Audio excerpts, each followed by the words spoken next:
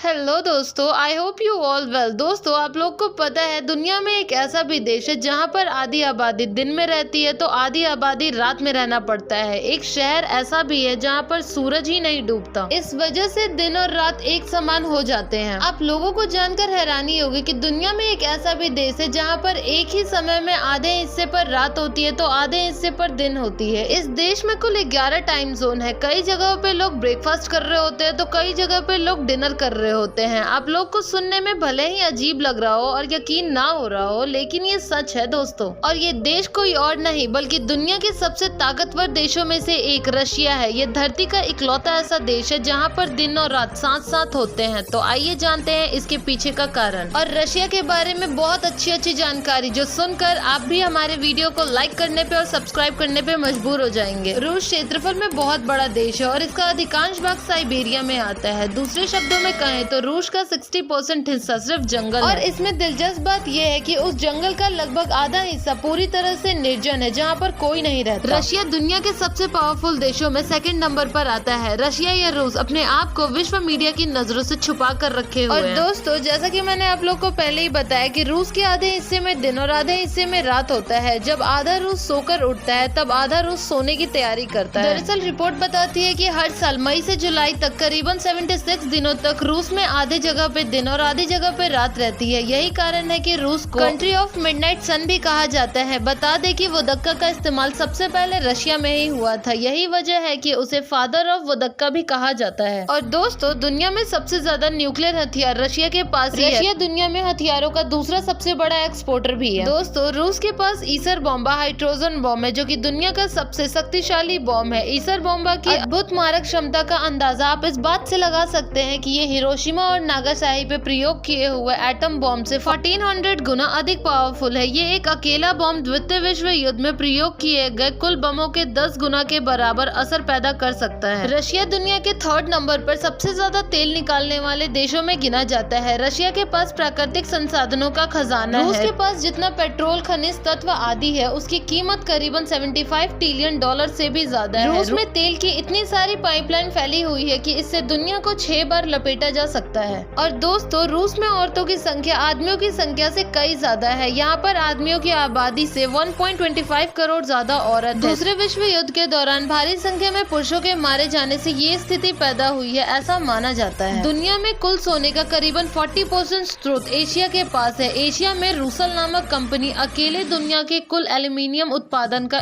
11% produce करती है। और दोस्तों, दुनिया में पाए जाने वाले कुल जंगल का 5वां हिस्सा रशिया के साइबेरियन के जंगल को कवर करते हैं। रूस का करीबन 60% हिस्सा बस जंगल ही है। दोस्तों, आपके इन्फॉर्मेशन के लिए बता दूं कि दुनिया में सबसे ज्यादा प्रचलित गेमों में से एक टेट्रिस का आविष्कार भी रशिया में ही हुआ था। इस खेल ने विश्व स्तर पर काफी लोकप्रियता हासिल की थी और इस गेम के पहले संरक्षण का आविष्कार ईयर 1984 में यूएसएसआर में हुआ था। और दोस्तों, आपको जानकर हैरानी होगी कि रूस में बिल्लियों के पास भी नौकरी है। रूस का हर्मिटेज संग्रहालय रूस का राष्ट्रीय खजाना है और बिल्लियां इस संग्रहालय का खजाना है और ये यहाँ के अनमोल कार्यों को चूहों से बचाती है और इन्हें पूरे स्टाफ द्वारा सम्मानित भी किया जाता है। इसके अलावा यहाँ मौजूद प्रत्येक बिल्लियों के पास अपना एक व्यक्ति पासपोर्ट भी होता है जिसमें उनकी तस्वीर लगी होती है और तो और उन्हें यहाँ नियमित वेतन भी दिया जाता है। और दोस्तों, रशिया के मॉस्को में मौजूद क्रेमलिन दुनिया का सबसे बड़ा संक्रिय मध्य युगीन किला है जिसका क्षेत्रफल 27 एकड़ से भी ज्यादा में फैला हुआ है। साथ ही इसकी दीवार 2.5 किलोमीटर से भी अधिक है। इस किले के 20 टावर पूरे मैदान में बिखरे हुए हैं और इसमें से सिर्फ 2 टावर को छोड़कर प्रत्येक टावर के अपने खुद के एक निजी नाम है।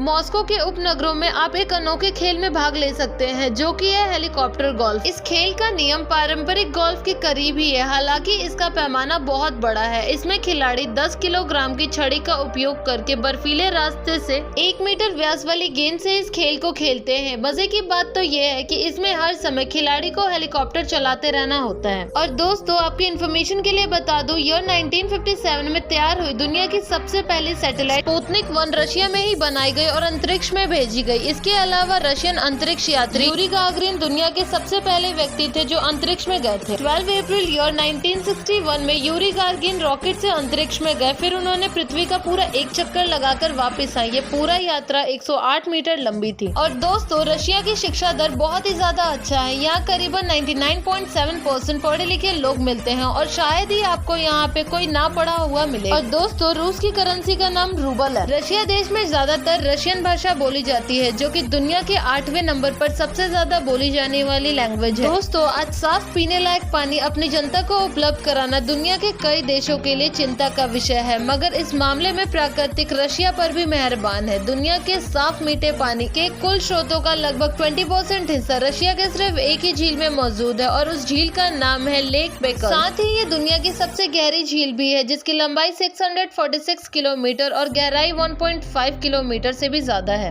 तो दोस्तों आपको रशिया के बारे में ये सब जान के कैसा लगा, हमें प्लीज कमेंट में अपने आंसर जरूर बताएं। और वीडियो अच्छी लगी हो तो वीडियो को लाइक, कमेंट और शेयर और चैनल को सब्सक्राइब करना प्लीज मत भूलिएगा।